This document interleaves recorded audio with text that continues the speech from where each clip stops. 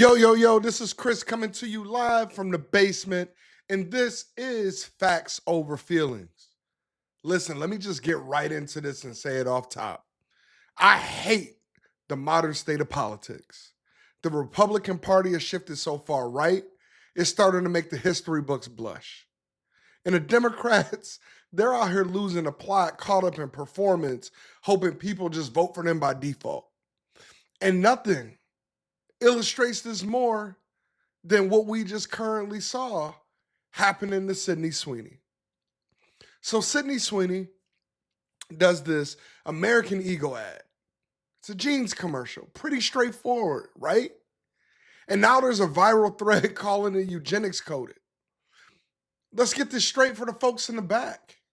Eugenics is dangerous, pseudoscientific, and it's a belief that certain genes make people more superior, right? It's what Nazi Germany used to justify genocide.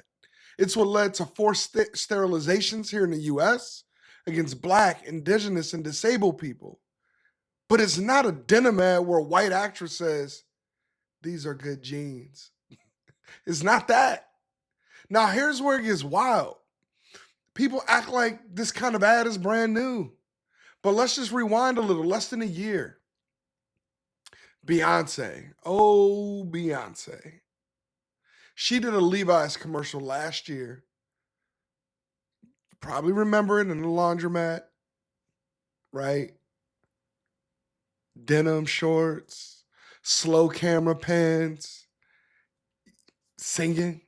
And what happened? She caught heat from both sides. Conservatives said it was too sexual. Liberals said it was pushing body standards. The culture is addicted to outrage, no matter who's in the frame. So if Sydney Sweeney's ad gets called eugenics and Beyonce's gets called offensive too, maybe the problem isn't the women or the ads. Maybe it's the people watching. If you don't believe me, let's just roll this clip. I'm not here to tell you to buy American Eagle jeans. And I definitely won't say that they're the most comfortable jeans I've ever worn. Or that they make your butt look amazing. Why would I need to do that? But if you said that you want to buy the jeans, I'm not going to stop you. But just so we're clear, this is not me telling you to buy American Eagle jeans. Sydney Sweeney has very jeans. You see what I did there, right? So that's the part that they're outraged about. Sydney Sweeney has great genes. This isn't considered creative marketing anymore or creative advertising. Now it's coded eugenics in an American Eagle ad. Listen, before we get into this channel, get into the rest of this episode, if this is resonating with you and you want to hear more critical takes on these issues, hit the like, subscribe, and turn on alerts, because this kind of overreaction, it's exactly why people are tuning out, right? This is why liberals also get a bad rap. Too politically correct, too uptight. It's performative outrage on autopilot. Look, I know you've seen it over the past few months. You know, you have a Republican Congress, upper chamber, lower chamber, the executive branch, a right-leaning Supreme Court. But the best Democrats can do is give 8-hour speeches on a House floor. Go talk to the people. And let's be real. What 40-year-old man wants to be told he's racist or sexist and transphobic just for having a Twitter account? Listen, when Black and brown communities are attacked, we typically band together. So why would you expect white Americans, especially the ones not doing anything wrong, to react any differently when they're constantly told they're the problem? And I'm going to be honest, I don't even know who the hell comes up with this shit. My wife is Hispanic. And I remember a few years ago, we were talking about Latinx, how we need to be calling Hispanic people Latinx. And I'm like, what? Come on. Like, too many terms. Not everything's offensive. We've created a cultural loop of shame, judgment, and overcorrection. And now we're seeing spikes in racial resentment at the highest level since the early 1980s. And don't get me wrong, there were always racist people here. I've experienced racist shit my whole life, not just when Donald Trump came into office, right? It's not always about that. There's still a lot of work in society that needs to be done, but most people are good people. And that's just the fact. But this racism spike is not because of Trump alone, but because liberal culture won't stop picking fights that don't move votes. And if you think this is crazy, like, just consider it this way. Trump right now is having a really, really tough time. Some might even say he's tanking. But Democrats still can't land a punch. Trump is currently dealing with the biggest credibility collapse of his political life. His approval rating is hovering somewhere nationally between 37, 38%, even lower among independents where he's polling, around 29%. But somehow, the Democrats are still underwater too. You don't believe me? Let's roll this clip. We are now 6 months and about 3 days into this Trump administration. The president is touting it as some of the most successful 6 months any president has ever seen. But what do the voters think about that and his job in general? CNN chief data analyst Harry Enton is here. So the president says things are great. What do the voters say? No, I think is the answer. 6 months in, the rules of political gravity absolutely apply to Donald Trump. And the USS Donald Trump is taking on a lot of water. What are we talking about? Trump's net approval rating. Look, he started off back in January plus 6 points on the net approval rating. -3 in March, -7 in May. And now he's at a term too low at minus 11 points. His net approval rating has dropped nearly 20 points in the aggregate since the beginning of his presidency. The American people do not like what they're seeing. And Donald Trump's administration is in a ton of trouble at this point in the minds of the American voters. Well, on what issues do the American voters seem to disapprove of him? They disapprove of him on all of the... All right, so I'm going to just pause it there because I don't want to hear my mans talk anymore. But I'm going to just go through them. Immigration, -5. This was one of his strongest suits. The economy, -14. This is probably the issue that got him into office. Foreign policy, -14. Trade, -15. Epstein, -37. There's only one issue that he's above water in, and that's border security.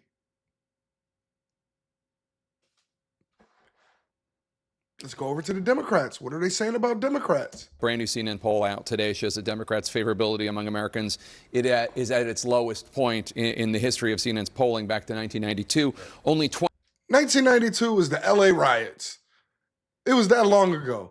If you're watching this and don't know what the LA riots is, that's a perfect example of how long it's been since they've been this unpopular. Think about that. 28% of Americans view the Democratic Party favorably. 28%.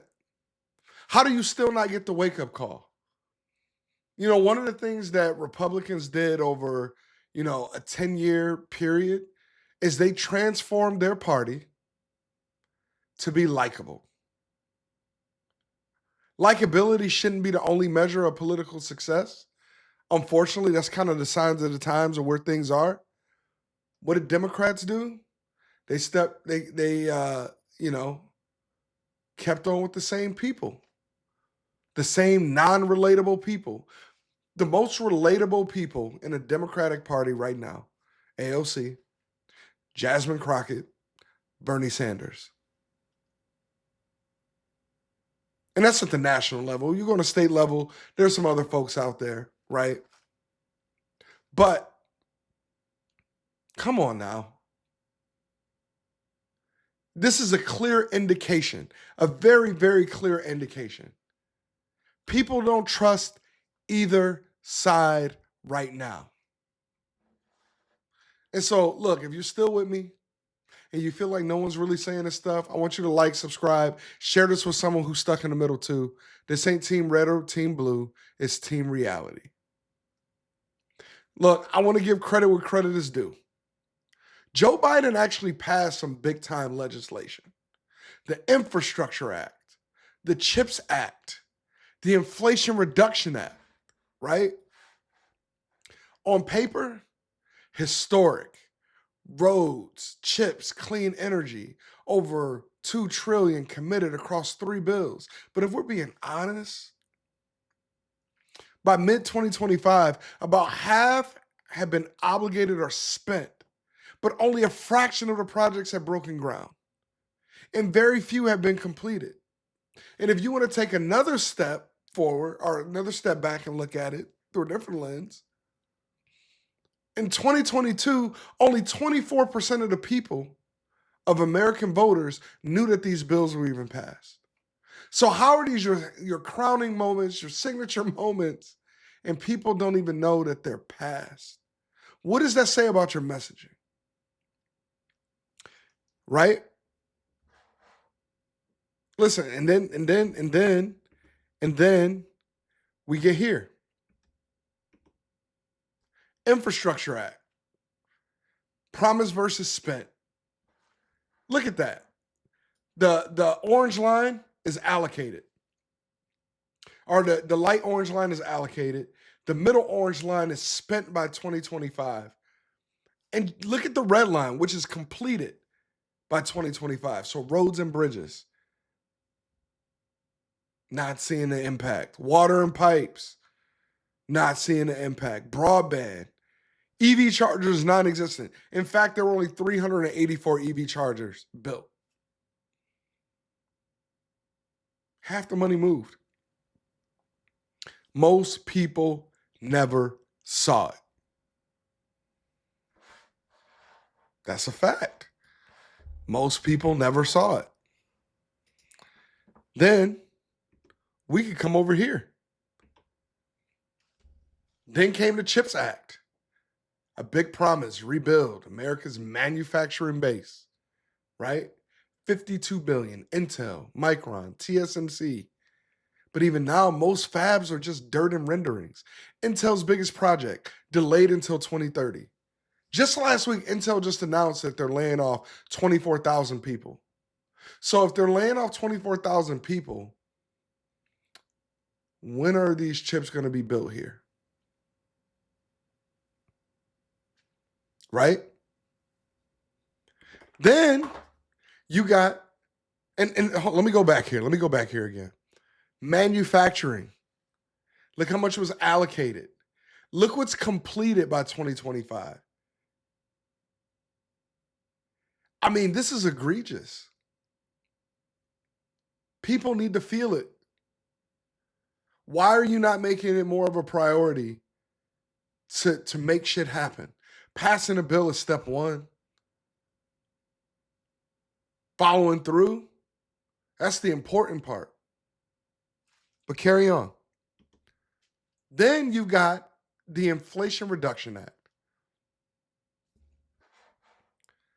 Clean energy, home efficiency rebates, EV tax credits, $370 billion in total.